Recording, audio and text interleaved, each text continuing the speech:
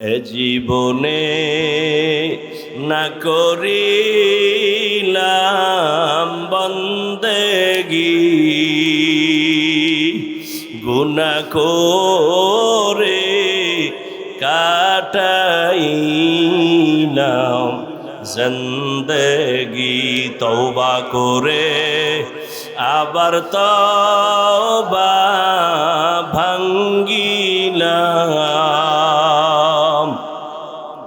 অবশেষে খাঁটি তওবা করিলাম, অবশেষে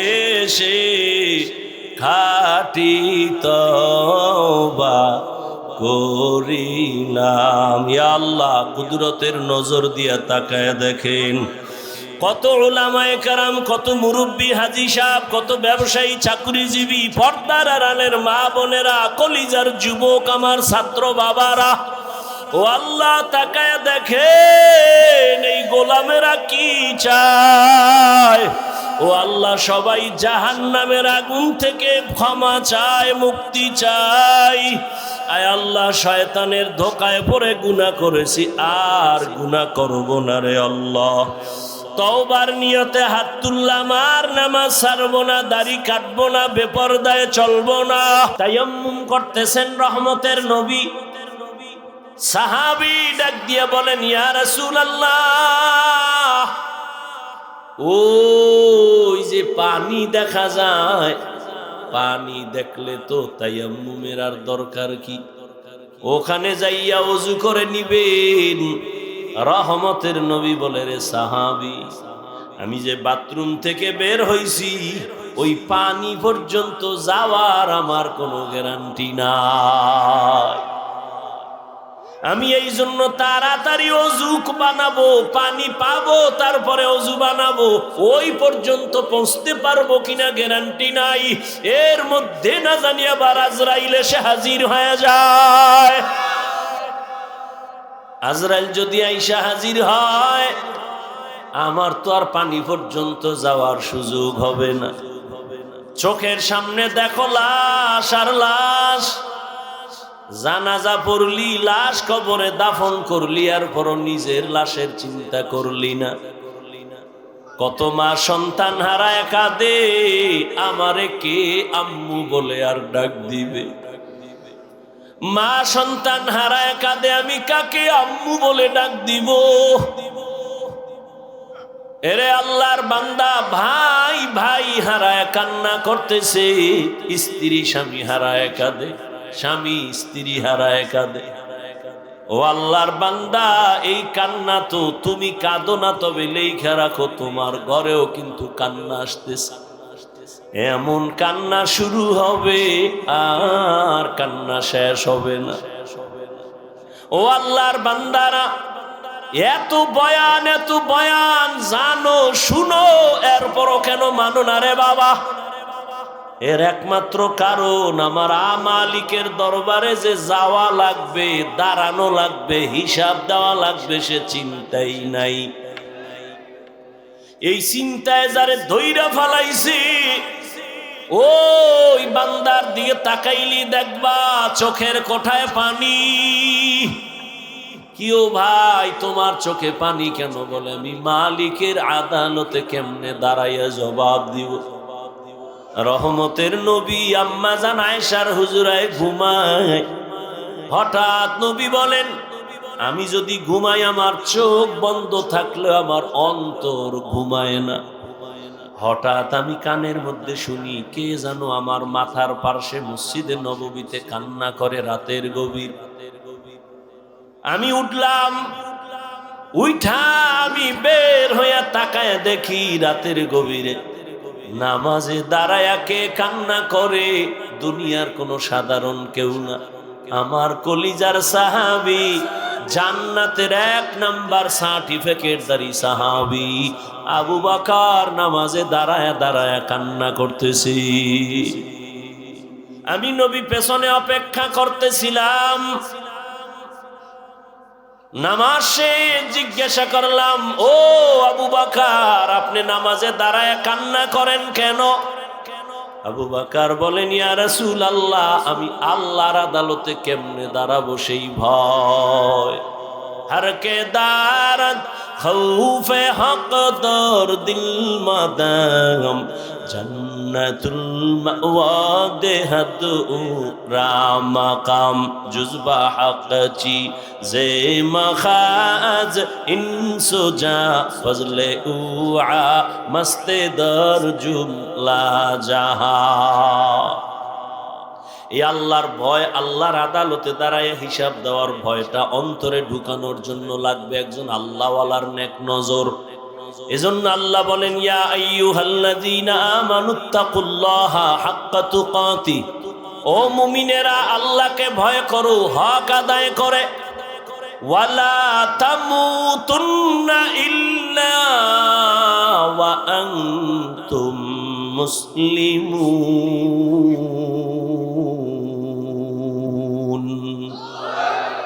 মুসলমান না হইয়া মরিও না, সাবধান।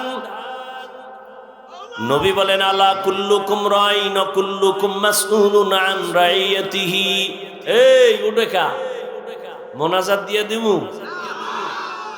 মাওলায় যদি বাড়ি না নেয় কেমনে আগে বাড়ি যাবা? মাওলায় না নিলে পারবা? একজনে 1.5 ঘন্টা আগে উঠে গেছে, তাড়াতাড়ি বাড়ি যাইব, আর একজনে মোনাজাত দিয়া কান্নাকাটি কইরে এরপরে রওনা হইছে বাড়ি যাব। ওই ঘটনা আছে না, সুলতান মাহমুদ গজনবীর ঘটনা, আয়াজের ঘটনা, এক ধনী বড় টাকাওয়ালা আর মালিক আর গোলামের ঘটনা। মালিক আর গোলাম বাড়ি যায়, হঠাৎ মালিকের কয়, গোলাম স্যার একটু দাঁড়ান, আমার একটু জরুরত আছে।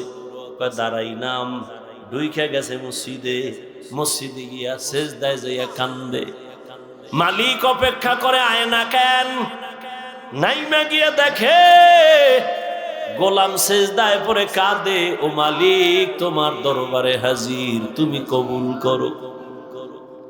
দীর্ঘ টাইম অপেক্ষা কইরা গোলাম যখন বের হইতেছে, মালিক কয়, এত দেরি কেন করলা? কয়, যেই মালিক তোমারে মসজিদে ঢুকায় না, ওই মালিক আমারে যেন কেমন বের হইতে দেয় না। মাছ পানি ছাড়া ভাল লাগে না, মাছ পানি পাইলে মনে করে আমার জীবন। আরে আমার মাওলা পাকের যারা আশিক, আল্লাহর মোহাব্বতের যারা গোলাম, ওরা দুনিয়ার রং তামাশায় পইরে গেলে ভাল লাগে না। কখন জিকিরের ময়দানে ঢুকবে, কখন একটু আলেমের কাছে যাবে, কখন একটু কোরআনের তেলাওয়াতের আওয়াজ অন্তরে নিবে, কখন একটু জায়নামাজে দাঁড়াবে, কখন আমার মাওলাকে একটু মায়া কইরা ডাকবে, ও আল্লাহ। আরে আমার মাওলারে ডাকলেই তো বান্দা এত খুশি, আল্লাহর মোহাব্বত অন্তরে জমা হয়ে যায়। হানজালা নবীর সাহাবী, ঘটনা আপনারা নাম শুনছেন। হানজালা রহমতের নবীর বড় আশিক। একদিন রাস্তায় হাঁটে আর ঘুরে আর কয়, না ফাকা হানজালা, না ফাকা হানজালা, আমি হানজালা মুনাফেক হয়ে গেছি, মুনাফেক। ঘুরতে ঘুরতে দেখা ওমরের সাথে। এই হানজালা, কি চিল্লাও কেন? আমি মুনাফেক হয়ে গেছি। কয় কেন?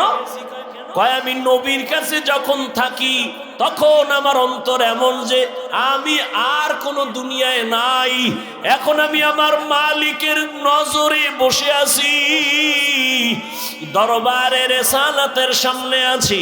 এখন আমার ছেলের চিন্তা নাই, মেয়ের চিন্তা নাই, বাড়ির চিন্তা নাই, গাড়ির চিন্তা নাই, টাকার চিন্তা নাই, ক্ষমতার চিন্তা নাই।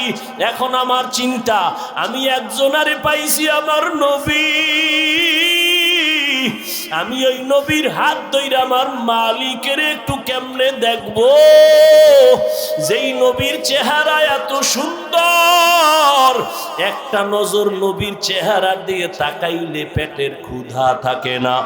মায়ার নবী এত সুন্দর, আমার মাওলায়ের এত সুন্দর কইরা বানাইছেন, ওই মালিক আমার আল্লাহ না জানি কত সুন্দর। এত সুন্দর আসমান যিনি বানাইছেন তিনি কত সুন্দর, এত সুন্দর কণ্ঠ যিনি দান করছেন তিনি না জানি কত সুন্দর, এত সুন্দর রঙের ফুল বাগান সাজাইছেন তিনি কত সুন্দর। ওরে যারা মাওলার আশিক ওরা ভাবে আর খুঁজে আমার মালিক, আমার আল্লাহরে আমি তো এখনো পাইলাম না। ফুলের ঘেরান পাইলাম, কে বানাইলেন তারে তো পাইলাম না। ওরে আল্লাহর মোহাব্বত যার অন্তরে জমা হয়ে গেছে সে একবার আমার মাওলারে দেখার জন্য পাগল। হানজালা বলে আমি নবীর দরবারে থাকলে আমার অন্তর থাকে একরকম, আমি নবীর দরবারের বাইরে গেলে তখন আবার অন্তর দুনিয়ামুখী হয়ে যায়। আমার ছেলে, আমার বাড়ি, আমার গাড়ি, আমার টাকা, আমার পয়সা, আমার ক্ষমতা, আমার চেয়ার, এই সব আমার অন্তর আইসা জমা হয়, আমি মুনাফিক হয়ে গেছি। ওমর কয় তো এই অবস্থা তো আমারও হয়। নবীর দরবারে থাকলে দুনিয়ার কোনো চিন্তা নাই, আবার যখন নবীর দরবার থেকে বাইর হইয়া যায় তখন আবার দুনিয়া আমারে পেয়ে ফেলে, দুনিয়া দুনিয়া আমাকে গ্রাস করে ফেলে, দুনিয়ার চিন্তা, ছেলের চিন্তা, মেয়ের চিন্তা আমাকে গ্রাস করে ফেলে। এবার কথা চলো নবীর দরবারে চলো, সমাধান নেই। দোনোজনে যায়, মুনাফিক হয়ে গেছে। ওমরও কয় আমি মুনাফিক হয়ে গেছি, হানজালাও কয় আমি মুনাফিক হয়ে গেছি। হঠাৎ আবু বকর সিদ্দিক রাদিয়াল্লাহু তাআলা আনহুর সামনে দাঁড়ানো। এই ওমর তুমি চিল্লাও কেন? কয় মুনাফিক হয়ে গেছি। হানজালাও কয় মুনাফিক হয়ে গেছি। কারণটা কি? বলে এই কারণ, নবীজির দরবারে যখন থাকি মনে হয় যেন দুনিয়াতে আমার আর কিছু নাই, নবী আমার কলিজা, আমি নবীর হাত লাগাই আমার মালিক আল্লাহর সঙ্গে মোলাকাত করব। কিন্তু নবীর দরওয়াজা থেকে বের হইলে তখন আবার ঢুইকা যায় ছেলে, মেয়ে, স্ত্রী, পরিবার, দুনিয়ার চিন্তা। আবু বকর কয় অবস্থা তো আমারও, মনে হয় আমিও মুনাফিক হয়ে গেছি। আমার মাওলার ভয়, আর তুমি নামাজে দাঁড়াইয়াও দোকান নিয়ে ভাবো, নামাজে দাঁড়াইয়াও ছেলের চিন্তা, মেয়ের চিন্তা, ঘরের চিন্তা, ক্ষমতার চিন্তা। ওরে আবু বকর, নবীর দরবার থেকে বের হইলে দুনিয়া, নবীর দরবারে থাকলে দুনিয়ার চিন্তা নাই, এরপরও ভয়, কান্নার আওয়াজ। আর তোমার আমার তো নামাজের মধ্যেও দুনিয়া ঢুকানো, জিকিরের মধ্যেও দুনিয়া ঢুকানো। তোমার আমার চোখে পানিও নাই, কোনো আফসোসও নাই রে বাবা। নবীর দরবারে গেলেন, রহমতের নবী বলেন এমন যদি তোমাদের হয় আর ভয় লাগে, এটাই তোমাদের ঈমান যে শুদ্ধ পরিপক্ক, এটাই তার প্রমাণ, তোমাদের ঈমানে কোনো ভেজাল নাই। এরে নবীর আশিক ইব্রাহিম ইবনে আদহাম পাগলের মতো হয়ে গেল। কে আমাকে বোকা বলল? ঠিকই তো, আমার অর্ডারে বলখের মানুষগুলো দাঁড়ায় আর বসে, কিন্তু আমি তো একবারও চিন্তা করলাম না এই যে সূর্যটা উঠছে পূর্ব দিগন্তে, এই সূর্য তো আমার অর্ডারে উঠেও না, আমার অর্ডারে ডুবেও না। রাতের বেলা আকাশে চাঁদের আলো, আমার অর্ডারে চাঁদ উঠেও না, ডুবেও না। তাহলে এর পেছনে তো একজন মালিক আছে, নাই? ওই মালিকের তালাশ করছনি? এরে আল্লাহর বান্দা, তোমারে কেউ হাদিয়া পাঠাইছে, কে পাঠাইছে তার পরিচয় নাও, মোলাকাতের জন্য পাগল, দেখা করলে মনে হয় আরো হাদিয়া দিবে। যেই মাওলায় তোমারে আমারে মানুষ বানাইছেন, কুকুর বানান নাই, শুকার বানান নাই, আবার আখিরি নবীর উম্মত বানাইছেন, এত সুন্দর জীবন আমাকে দান করছেন। আমার মতোই তো কত মানুষ, ওই যাও ডিআইটি মসজিদের বারান্দায় যাও, বাইতুল মোকাররমে জুমার দিন গিয়া দেখো পাও নাই, ভিক্ষা করে। দুইটা চোখের পাওয়ার নাই বলে আমি অন্ধ, আমারে কিছু ভিক্ষা দাও। আমার মাওলায় যদি তোরে অন্ধ বানাইতেন রে যুবক, বল সারা রাত মোবাইলে নাচ গান কেমনে দেখতি? আমার মাওলায় যদি অন্ধ বানাইতেন, কে তোরে চক্ষু দান করত? আমার মাওলায় যদি তোরে বধির বানাইতেন, কে তোরে আর সুস্থ করত? কত মানুষ সুস্থ ছিল, হঠাৎ কইরা জ্বর আসছে, বিছানায় পড়ে একটা সাইড নষ্ট হয়ে গেছে, বিছানার থেকে এখন আর উঠতে পারে না, কণ্ঠ শেষ, জীবনটাই অর্ধেক হয়ে গেছে। এখন ছেলেও ভালো জানে না, মেয়েও ভালো জানে না। ও আমার ফতুল্লা এলাকার মুসলমান বাবারা, ও বৃদ্ধ বাবাজি, ও যুবক, একটু চিন্তা করো বাবা, আমরা নবীর আদর্শ মানতে গিয়া কই আমগো তো না খাইয়া কেউ মরি নাই, সম্মান কমে নাই। আমি তোমাকে বলি না আমগো মতো হুজুর হয়ে যাও, একবারও বলি না রে বাবা। বরং তুমি স্কুলে পড়ো আলহামদুলিল্লাহ, কলেজে পড়ো, চাকরি করো, ব্যবসা করো আলহামদুলিল্লাহ, তবে ওখানে থাইকেই তুমি আমার মালিকের সাথে একটা লাইন লাগাও, ওখানে থাইকা নামাজের সেজদা দাও। চাকরি করিয়াও কি তোমার মতো নামাজি নাই? ব্যবসা করে নামাজ ছাড়ে না এরকম জেনারেল লাইনের মানুষ কি নাই? তোমার মতো যুবক রাস্তায় গাড়ি চালায়, এক বেলার নামাজও ছাড়ে না, দাড়িও কাটে না। বলো বাবা তুমি কেন পারো না? তোমার মতো কত যুবক নদীর মধ্যে মাছ ধরে, নামাজ ছাড়ে না, বলো তুমি কেন পারো না? তোমার মতো যুবক স্কুল কলেজে পড়িয়াও নামাজ ছাড়ে না, বলো তুমি কেন পারো না? আসলে কি তোমার কপাল পুড়িয়ে গেছে, নাকি কোরআন হাদিস মিথ্যা মনে করেছো? যদি বলো হ্যাঁ, তো একটা ভুল কোরআন থেকে বের করে দাও, আমিও দাড়িটা কেটে ফেলি, নামাজ বন্ধ করে দেই। যদি কোরআনে ভুল হয় সবই ভুল, আল্লাহও ভুল। আর যদি বলো না আল্লাহর কোরআন সত্য, তো আল্লাহ আছেন সত্য, গুনাহ নিয়ে কবরে গেলে আযাব হবে তাও সত্য, নেক আমল নিয়ে যদি যাও জান্নাত পাইবা তাও সত্য। আল্লাহর কোরআন মিথ্যা না সত্য? ওই কোরআনে জান্নাতের বয়ান আসেনি, ওই কোরআনে জাহান্নামের বয়ান আসেনি। কে জান্নাতে যাবে, কে জাহান্নামে যাবে আল্লাহ তাও বলেছেন। মনটাকে শুধু বুঝাইও। হাফিজুর রহমান ভাই তো আমাদেরকে হুজুর হওয়ার জন্য তাকিদ দেয় নাই, হাফিজ ভাই তো কওমি মাদ্রাসায় যাইতে বলে নাই, হাফিজুর রহমান তো তাবলিগ না গেলে জাহান্নামে যাবা বলে নাই। কি বলছে? স্কুলে পড়লেও নামাজ ছাড়া যাবে না। স্কুলে পড়িয়াও তো আমার মতো যুবক নামাজ পড়ে, আমি কেন পারি না? আমার মতো যুবক চাকরি করে, নামাজ পড়ে, আমি কেন পারি না? আমার মতো যুবক ব্যবসা করে, নামাজ পড়ে, আমি কেন পারি না?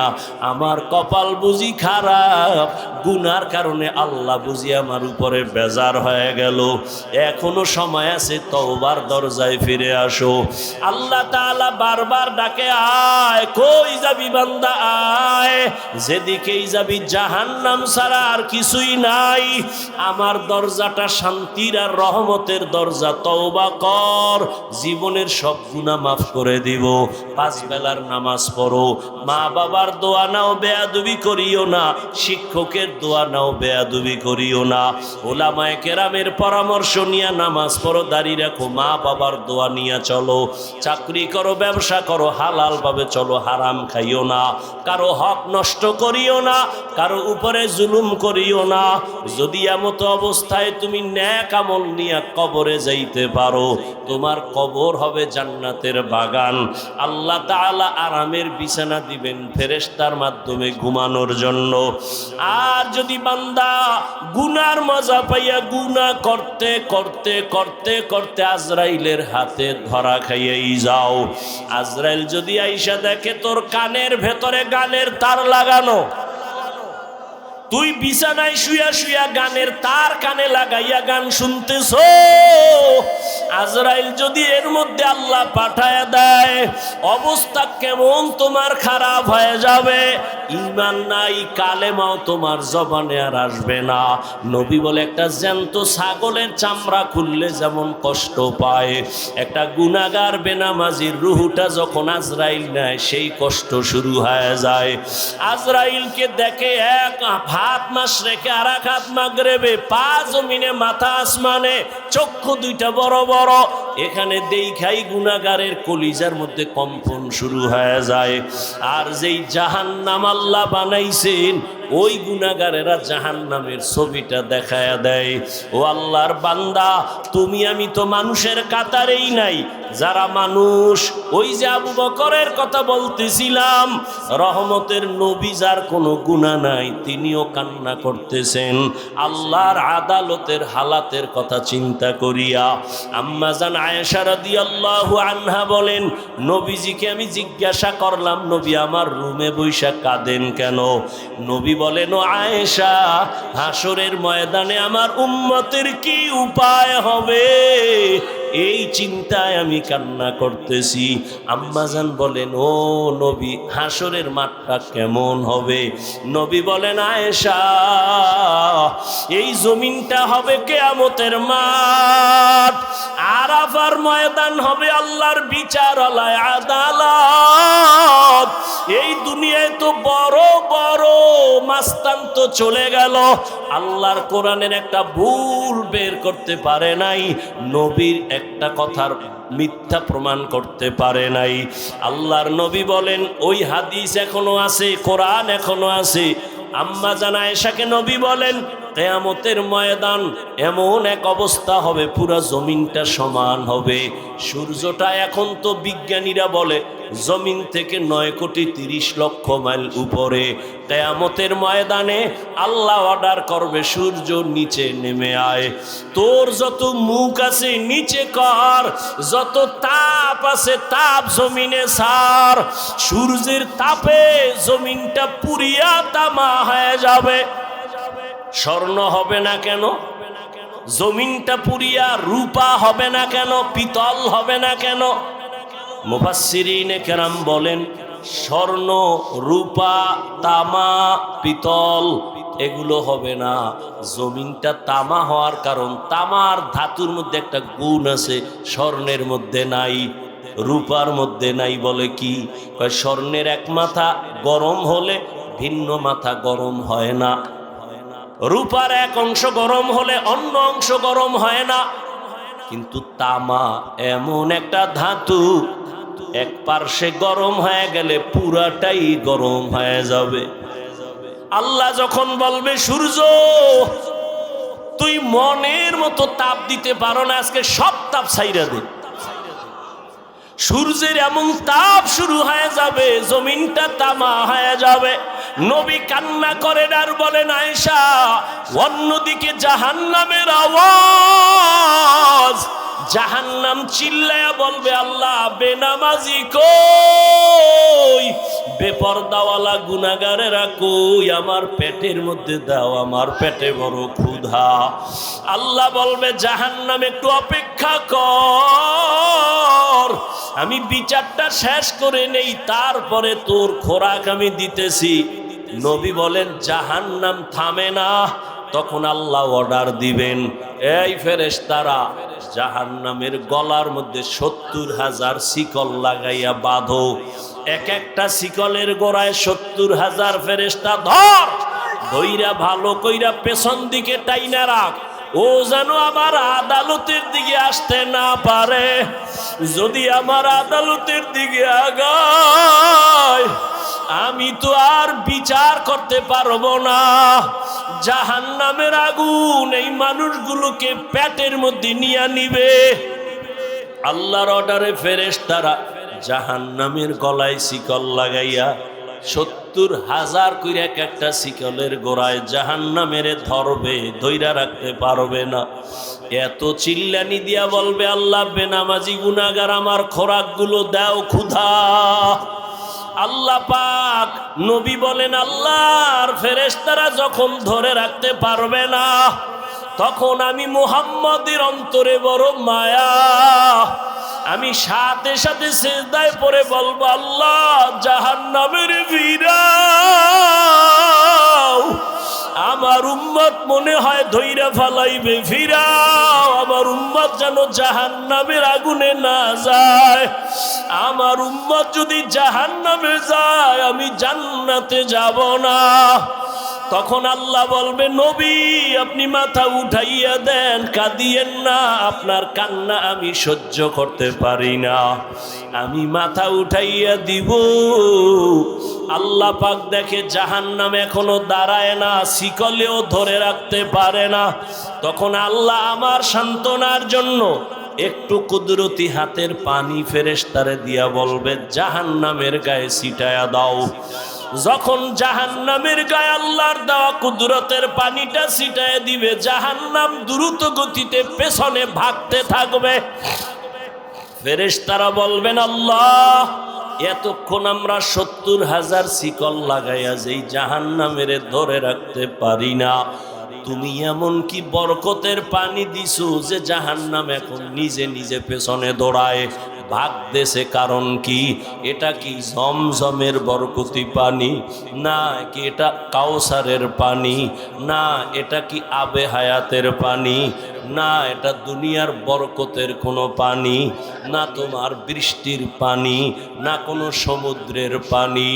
আল্লাহ বলবে, ফেরেশতা এই পানি জমজমের পানিও না, কাউসারের পানিও না, এই পানি আবে হায়াতের পানিও না,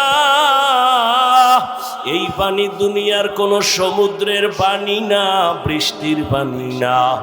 আল্লাহ বলবেন, আমার মায়ার নবীর গুনাহগার উম্মতের চোখের পানি। দুনিয়াতে আমার মায়ার নবীর উম্মতেরা গুনার কথা স্মরণ করে কাঁদত। মানুষ যখন ঘুমায়া যাইতো আমার আশিকের কান্না শুরু হয়ে যাইতো। গভীর রাতে সিজদায় পড়ে বলতো, দয়ার মালিক আমার মতো গুনাহগার এই জমিনে আর কেউ নাই। গুনার কারণে আমার হাত না পাক, আমার চোখ না পাক, আমার জিহ্বা না পাক, আমার অন্তর না পাক। আয় আল্লাহ, তোমার দেওয়া সূর্যের আলো, পানি, বাতাস সব নেয়ামত খাইয়া তোমার নাফরমানি করেছি। আজ আমি গুনার কারণে মনে হয় আমার জাহান্নাম ছাড়া উপায় নাই। গুনার খবর আমার মাও জানে না, বাবাও জানে না, ভাই বোন স্ত্রী পরিবারের কেউ জানে না। আমার গুনার খবর আমার মা বাবায় যদি জানতো, লাথি মেরে ঘর থেকে বের করে দিত। আমার গুনার খবর যদি আমার স্ত্রী জানতো, আমাকে স্বামী বইলা গ্রহণ করত না। আমার গুনার খবর যদি আমার সন্তান জানতো, কোনদিন আমাকে বাবা বলতো না। ও দয়ার মালিক যে তুমি কত দয়ার মালিক, তুমি আমার সব গুনার খবর জানো। ও আল্লাহ, এ যুবকের আমার মাওলারে ডাক দে, দুই ফোঁটা চোখের পানি ছাড়, আর গুনার কত স্মরণ করে ক্ষমা চাও। আর আল্লাহরে বলো, আমার মাওলা যে কেমন দয়ার মাওলা। ওরে দরওয়াজা জানালা বন্ধ করে মোবাইলের দ্বারা যে গুনাহ করেছো, ওই দরওয়াজা জানালার ভেতরের গুনার খবর মাও জানে না, বাবাও জানে না। ওরে আমার মাওলারে ফাঁকি দিতে পারো নাই রে বাবা। আরে তোমার গুনার খবর যদি মা জানতো, ঘর থেকে বের করে দিত। কিন্তু আমার মাওলা যে কেমন দয়ার মালিক, গুনাহ করছি দেখছেন, এরপরও ঘরের থেকে বের করে দেয় নাই, সম্মানের চেয়ার থেকে ফালাইয়া দেয় নাই। ও আল্লাহর বান্দারা, আজকে বাড়ি পাইছো, গাড়ি পাইছো, সন্তান, বিবি, পরিবার, ক্ষমতা সবই পাইলা, কিন্তু আজকে যেইগুলি পাইয়া পাগল, চিন্তা করে দেখছো এগুলি কিছুই তোমার আমার আপন না। ওরে আজরাইল আইসা যখন রূহ টান মারবে। ওরে তোমার আপন মা বাবা তোমারে ফেলে দিবে, আর ঘরে ঢুকাইবে না, সাদা কাফনের প্যাকেট বানাইয়া কবরের দেশে পাঠাইয়া দিবে। এতদিন যে মা বাবার জন্য এত পাগল হইলাম, কেউ আমার সাথে যাবে না। আমি আস্তে আস্তে দেখি আমার বন্ধু নাই, আমার পাশের লোকগুলো সব আলাদা হয়ে গেল। এক পর্যায়ে আবার সাদা কাপড়ে পেঁচাইয়া আমারে পাশ বাগানে নিয়ে রওয়ানা। ওই কবরে অন্ধকার ঘর, বাতি নাই, কোনো সাথী নাই। ওই কবরে পাড়াইয়া পাড়াইয়া মাটি দিয়া সবাই চলে গেল, আমি এখন একা। আমার ডানে মাটি, বামে মাটি, সামনে পেছনে উপরে নিচে মাটি। কই আমার বাড়ি, কই আমার গাড়ি, কই আমার সন্তান, কই আমার মা বাবা, কই আমার ক্ষমতার চেয়ার, কই আমার সম্মান। এখন এই অন্ধকার কবরে দুইজন ফেরেশতা চলে আসবে প্রশ্ন করার জন্য। রবের পরিচয় দাও, ধর্মের পরিচয় দাও, রহমতের নবীর পরিচয় দাও। আমি যদি মাওলারে না চিনিয়া কবরের বিছানায় যাই, ওরে গুনাহগার বেনামাজি তখন বলবে হা হা লা আদরি, হা হা লা আদরি, হা হা লা আদরি। আফসোস, আমি কিছুই জানি না, কিছুই জানি না, কিছুই জানি না। আমার রবকে আমি চিনি না, আমার ধর্ম কি জানি না, মোহাম্মদ নবীকে আমি চিনি না। নবী বলেন সাথে সাথে আমার মাওলা রাগান্বিত কুদরতি আওয়াজ দিবেন। আল্লাহ বলবেন ফেরেশতা, এর সাথে আর ভালো ব্যবহার করার কোনো সুযোগ নাই। এই বান্দারে আমি দুনিয়াতে কত আদর করছি, আমি আল্লাহ কত নেয়ামত খাওয়াইলাম। আমার দেওয়া জমিনের ফসল খাইলো, গাছের ফল খাইলো, নদীর মাছ খাইলো, একবারও শুকর আদায় করে নাই, বরং আমার নাফরমানি করেছে। আলেম ওলামারা বুঝাইলো, বুঝে নাই, বিরোধিতা করেছে। এখন আর সুযোগ দেওয়া হবে না, এর জাহান্নামের শিকল লাগাও, কবরের ভেতরে জাহান্নামের বিছানা দাও। আল্লাহ রাগান্বিত হয়ে বলবে নাফরমানের ধর, কবরের ভেতরে জাহান্নামের আগুন লাগায় দাও। আল্লাহ রাগান্বিত হয়ে বলবে ও কবরের মাটি, এই গুনাহগারের দুই পার্শ্ব থেকে জোরে জোরে চাপ দাও। এমন জোরে দুই পার্শ্বের মাটি চাপ দিবে, সহ্য করতে পারবি নি রে যুবক। একটা মশার কামড় সইতে পারো না, বেতের বাড়ি সইতে পারো না, সূর্যের গরম সহ্য করতে পারো না। গুনাহ নিয়ে কবরে গেলে কেমনে মাটির চাপ সহ্য করবা? ওরে আল্লাহরে এখনো বন্ধু বানাও, আল্লাহর খাঁটি ওলি আল্লাহ যারা উলামায়ে কেরামদের বন্ধু বানাও। এখনো সময় আছে, তওবা করো আর আল্লাহকে বলো মাওলা গুনাহ আর করব না, নামাজ ছাড়বো না, বেপরদায় চলবো না, দাড়ি কাটবো না। আমার মাওলার আযাব বড় কঠিন। আল্লাহ এজন্য বলেছেন মুসলমান না হইয়া মরণ বরণ করিও না। এখনো সময় আছে, তওবা করে নাও। স্কুলে পড়ো, কলেজে পড়ো, চাকরি করো, ব্যবসা করো, তওবা করো আর নামাজ ছাড়বা না, দাড়ি কাটবা না, বেপরদায় চলবা না। মা বাবার দোয়া নিয়া, উলামায়ে কেরামের দোয়া নিয়া, শিক্ষক মুরব্বীদের দোয়া নিয়া নবীর তরিকায় চলবা। আল্লাহর কাছে দুই ফোঁটা চোখের পানি ছেড়ে দাও। যদি কান্না না আসে, মনে করিও গুনার কারণে দিলটা পাথর হয়ে গেছে, আল্লাহ বেজার হয়ে গেছে। এখনো সময় আছে, আল্লাহকে বলো আল্লাহ দিলটা নরম বানায়া দাও। ওরে ডানে বামে দেখো, তোমার মতো কত গোলামের চোখে পানি, তোমার আমার চোখে কেন পানি নাই? গুনার কারণে আল্লাহ বেজার। ওরে কান্নাওয়ালার কাছে হাতটা বাড়াইয়া দোয়া চাও আর বলো ও কান্নাওয়ালা ভাই, আমার জন্য একটু দোয়া করেন। আমার গুনার কারণে আমার কলবটা পাথরের মতো শক্ত, আমার চোখে পানি আসে না। দোয়া কান্নাওয়ালার দোয়া ফেরত যাবে না। আল্লাহর কাছে তওবা করো, মরিয়াও গেলে আর নামাজ ছাড়বা না, গুনাহ নিয়ে কবরে যাইবা না। যদি তওবার নিয়ত হয় দুটো হাত আমার আল্লাহকে দেখাইয়া দাও। আয় আল্লাহ, হাতগুলো কবুল করে নেন, তওবা কবুল করে নেন।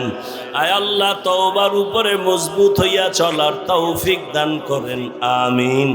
আলহামদুলিল্লাহি রাব্বিল আলামিন, ওয়াসসালাতু ওয়াসসালামু আলা সাইয়্যিদিল আমবিয়া ওয়াল মুরসালিন ওয়া আলা আলিহি ওয়া আসহাবিহি আজমাইন। ইয়া আরহামার রাহিমিন, ইয়া আরহামার রাহিমিন, ইয়া আরহামার রাহিমিন। রব্বির হামহুমা কামা রব্বায়ানি সগীরা, রব্বির হামহুমা কামা রব্বায়ানি সগীরা। এ জীবনে না করিলাম বন্দেগি, গুনাহ করে কাটাইলাম জিন্দেগি। তওবা করে আবার তওবা ভাঙ্গিলাম, অবশেষে খাঁটি তওবা করিলাম, অবশেষে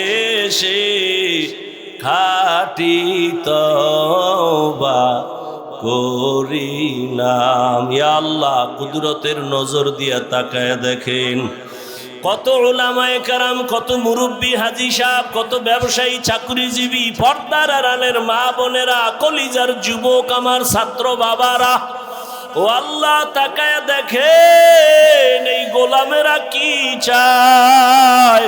ও আল্লাহ, সবাই জাহান্নামের আগুন থেকে ক্ষমা চায়, মুক্তি চায়। আয় আল্লাহ, শয়তানের ধোকায় পড়ে গুনাহ করেছি, আর গুনাহ করব না রে আল্লাহ। তওবার নিয়তে হাত তুললাম, আর নামাজ ছাড়বো না, দাড়ি কাটবো না, বেপরদায় চলবো না, মা বাবারে কষ্ট দিব না, বেয়াদবি করব না, শিক্ষক মুরব্বীদের সাথে বেয়াদবি করব না, উলামায়ে কেরামের পরামর্শ নিয়ে নবীর তরিকা মেনে চলবো। আয় আল্লাহ, আমাদের জীবনের তওবা কবুল করে নেন, জীবনের গুনাহ মাফ করে দেন। আয় আল্লাহ, মাহফিল কবুল করে নেন, আয়োজনকারী সহযোগিতাকারীদের কবুল করে নেন। আয় আল্লাহ, মাদ্রাসা কবুল করে নেন, মসজিদ কবুল করে নেন, সারা দুনিয়াবাসীকে মাফ করে দেন। আয় আল্লাহ, বিদেশের ঘরে যারা ব্যবসা চাকরি করে হেফাজত করেন, মুসলমানের হেফাজত করেন, বাংলাদেশ শান্তির দেশ বানায় দেন, জালেমদের জুলুম থেকে হেফাজত করেন, হিংসা দূর করে মোহাব্বত বাড়ায় দেন। আয় আল্লাহ, মা বোনদের আবেদা বানায় দেন, পর্দা নিশি বানায় দেন, সন্তানগুলো নেককার বানায় দেন। আয় আল্লাহ, যারা লেখাপড়া করে পরীক্ষার্থী কামিয়াবি দান করেন, আমার কলিজার প্রত্যেকটা যুবকের কবুল করে নেন। আয় আল্লাহ, নামাজি কোরআন তেলাওয়াতকারী বানায় দেন, মোবাইলের গুনাহের থেকে হেফাজত করেন আল্লাহ। আয় আল্লাহ, সারা দুনিয়াবাসীকে মাফ করে দেন, নবীজির সুন্নাতওয়ালা জিন্দেগি দান করেন, নবীজির রওজায় গিয়া সালাম দেওয়ার তৌফিক দান করেন, বাইতুল্লাহর গিলাফ ধরে লাব্বাইক বলার তৌফিক দান করেন। আয় আল্লাহ, সবার ব্যবসা বাণিজ্য, চাকরি, ব্যবসা, রুজি রোজগারে বরকত হালাল ভাবে বাড়ায়া দেন, অভাব দূর করে দেন, ঋণ আদায়ের ব্যবস্থা করে দেন।